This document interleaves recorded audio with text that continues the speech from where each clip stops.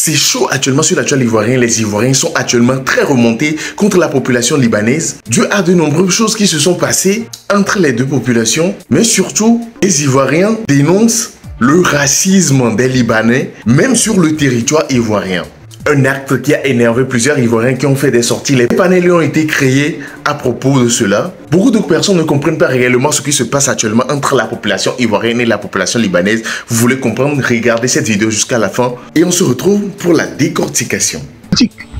Vous comprenez? La cherté de la vie vient d'où?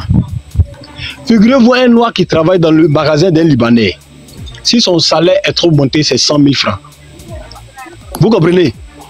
Mais quand ils ont leurs frères noirs qui arrivent là, d'autres sont payés à 250 000, d'autres sont payés à 500 000.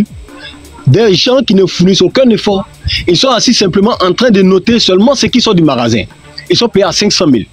Et vous qui chargez les marchandises sur la tête pour remplir les magasins là, salaire minimum 50 000, maximum 100 000 francs, à prendre ou à laisser. Est-ce que vous comprenez ce qui se passe? Vous voyez l'ampleur, c'est-à-dire la gravité de ce problème-là? Est-ce que vous comprenez? Nos soeurs qui travaillent chez les Libanais là, ce sont elles qui font pratiquement tout. Et souvent, moi j'ai travaillé chez des Mauritaniens, j'ai vu ça. La jeune fille, elle était... Et quand le patron rentre à la maison, qu'il n'y a personne à la maison, il commence à l'appuyer. Et tu vas te plaindre où? En fait, attends, tu sais quoi? C'est pas aujourd'hui qu'on commence à combattre ces maghrébins là. Malcolm, il sait. Moi, j'ai même pas affaire au Liban. En fait, nos soeurs qui vont au Liban, ils ne savent pas si elles sont désespérées. Comme Yaka l'a dit, moi, je ne suis pas dans les émotions avec elles. Parce qu'il y a des pays où on dit toujours ici, n'allez pas là-bas. Mais ils vont toujours quand même là-bas. Moi, je vous ai dit un jour que dans les histoires de faire des cagnottes pour les soeurs qui sont en détresse dans les pays maghrébins, j'ai arrêté ça.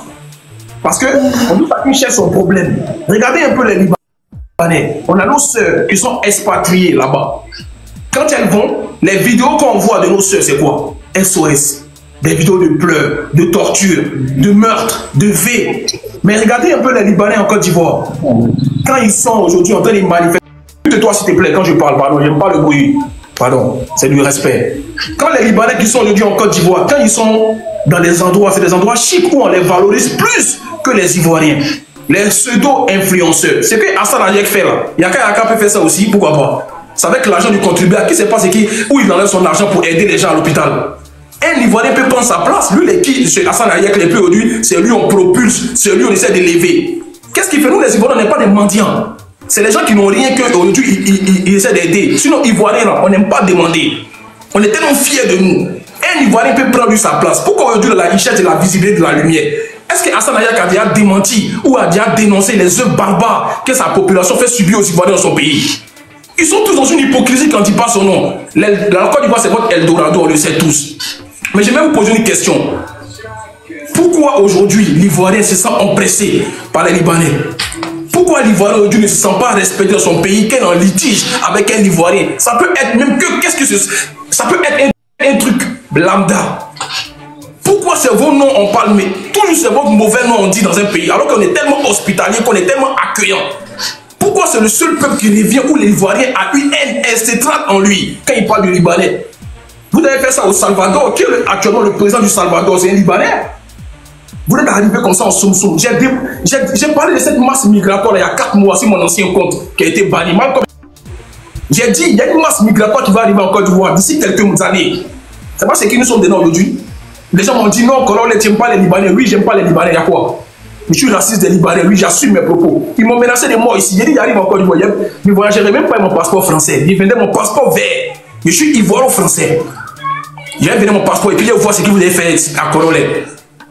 Pourquoi vous n'aimez pas la vérité? Il y a combien de vos influenceurs qui ont déjà démenti ce qui se passe aujourd'hui?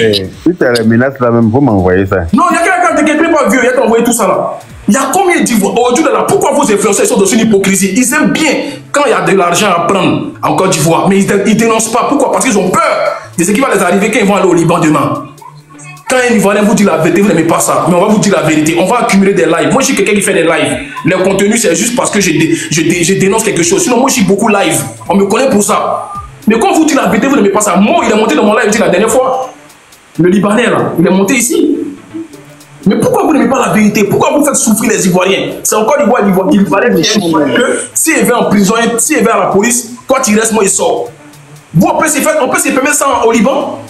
Il n'y a même pas de réciprocité. Vous ne partagez même pas les mêmes cultures que nous. Pourquoi vous voulez venir chez nous? Quand on avait la guerre chez nous, on allait au Mali, au Burkina, au Ghana. C'est des pays frontaliers. Regardez un peu la distance entre la Côte d'Ivoire et le Liban. On parle de quoi là? On ne pratique même pas les mêmes religions. Vous avez votre plage, vous avez vos écoles. Mais regardez, vous parlez aujourd'hui des écoles françaises. Tamanamako, Farandol, Blaise Pascal. Mais il y a combien d'Ivoiriens qui fréquentent là-bas? Pas les 70% d'Ivoiriens. Je vous ai dit que moi, je suis dans une argumentation à vous déconstruire. Il y a des personnes que vous n'avez pas réfléchi, vous les Libanais. Vous êtes un peu méchants. Et puis, une personne qui se croit supérieure aux autres. C'est comme les Arabes, les Marocains, les Tunisiens, les Algériens. Vous êtes pareil, qui s'assemble, c'est récent. Et puis, nous, on n'est pas libre de vous dire qui nous on pense de vous. Vous êtes qui? Vous allez me menacer. Je dis, vous même contre tous les Libanais, c'est Corona qui vous dit ça. Voilà, on va être à la guerre comme à la guerre. C'est fini. On va reculer dans les émotions. On va vous faire comme vous faites. À nos soeurs, on va faire pareil. Il y a combien de mariages qui sont célébrés aujourd'hui en Côte d'Ivoire? Libanais, Ivoiriens. Il y a combien de mariages aujourd'hui? Ça n'existe même pas. Ça n'existe même pas. Ils prennent nos soeurs, des mots dans les partout. C'est ce à quoi moi j'ai venu. C'est des objets à quoi j'ai venu. Moi, c'est ce que Malcolm disait. C'est ce que Malcolm disait, vous voyez, c'est ce que Malcolm disait. Vous voyez, c'est en train de prendre tout le monde. Ça dit, c'est ce que Malcolm disait. Nous sommes en train de revenir sur ce qu'il est en train de dire. En Côte d'Ivoire ici, il y a des Ivoiriens qui travaillent chez des Libanais. Et ils sont maltraités. Nous sommes aussi. Il y a des Libanais qui viennent avec des chiens en Côte d'Ivoire ici. Qui viennent avec des chiens en Côte d'Ivoire ici. Et nos soeurs vont coucher avec ces chiens-là. Est-ce que vous comprenez ce qui se passe? Vous comprenez ça? Ça n'a absolument rien à voir avec ce que Malcolm a dit là. C'est ça ou ça. Casser les magasins, pas casser les magasins, nous devons revendiquer. C'est pour ça que j'ai posé la question. Nous sommes à quel stade? Nous sommes au stade des urgences ou bien au stade du bloc opératoire? Parce que quand on envoie quelqu'un au bloc opératoire, ça veut dire que son cas est grave. Et actuellement, la Côte d'Ivoire a besoin d'un bloc opératoire. Vous comprenez? Frère, la cherté de la vie là, je viens. Actuellement, là, le riz, le kilo à 600 francs. Un Ivoirien même travaille là, il ne touche pas 600 francs par jour. Et il va acheter 600 là comment? Le riz là, il va acheter ça comment? Il va acheter le riz là comment? Quittons dans ces émotions, ces histoires de politique, fuyons la politique. Le pays nous appartient, n'appartient pas aux politiciens. Vous comprenez? Ça appartient aux Ivoiriens, pas aux politiciens. Le politicien va passer.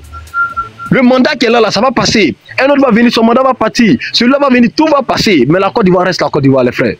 Vous comprenez? Peu importe ce que nous allons dire là, nous devons d'abord, notre bien-être là passe avant tout. Notre bien-être passe avant tout. Moi, je travaille chez un Libanais, je suis payé à 100 000 francs. Je loue une maison de 50 000. Ma femme va tomber malade, mes enfants vont tomber malades. Alors que j'ai fait tous les travaux qui sont là-bas. Quelqu'un, il quitte là-bas. Bon, les 100 000 qui vont venir là, ils ne vont pas charger les marchandises. Ils ne vont pas mettre des marchandises sur la tête pour aller les déposer dans les magasins. C'est encore nous, les esclaves, les mêmes esclaves. Vous comprenez? Quand moi je ne parle pas de ceux qui sont chez les Libanais. Hein. Je parle de nos frères, la réalité qui se passe en Côte d'Ivoire. Ça n'a absolument rien à voir avec ceux qui sont là-bas. Moi, je m'en fous de ceux qui sont là-bas. Ils sont partis, c'est leur cul.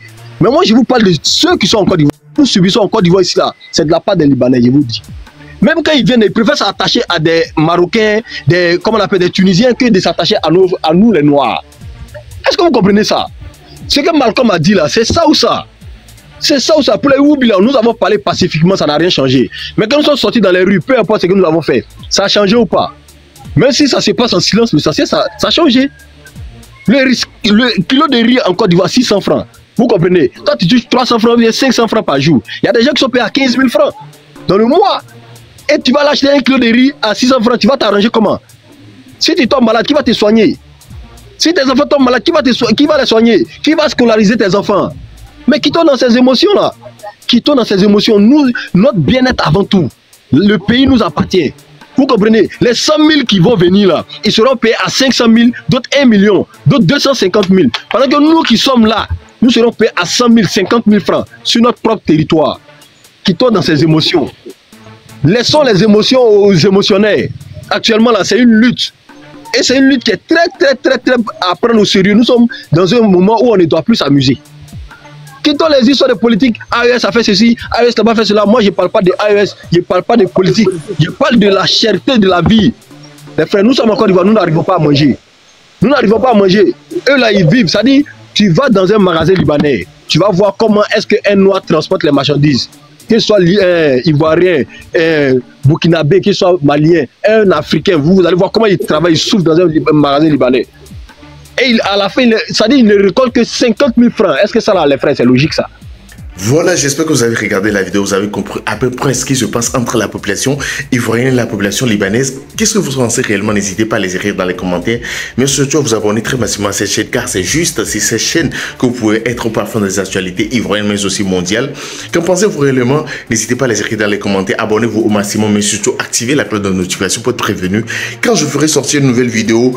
Quelle est la réaction directe des Libanais sur cette affaire? Je vous ferai voir ça dans une autre vidéo. Tu comptes faire? On se capte. C'était Mr. J.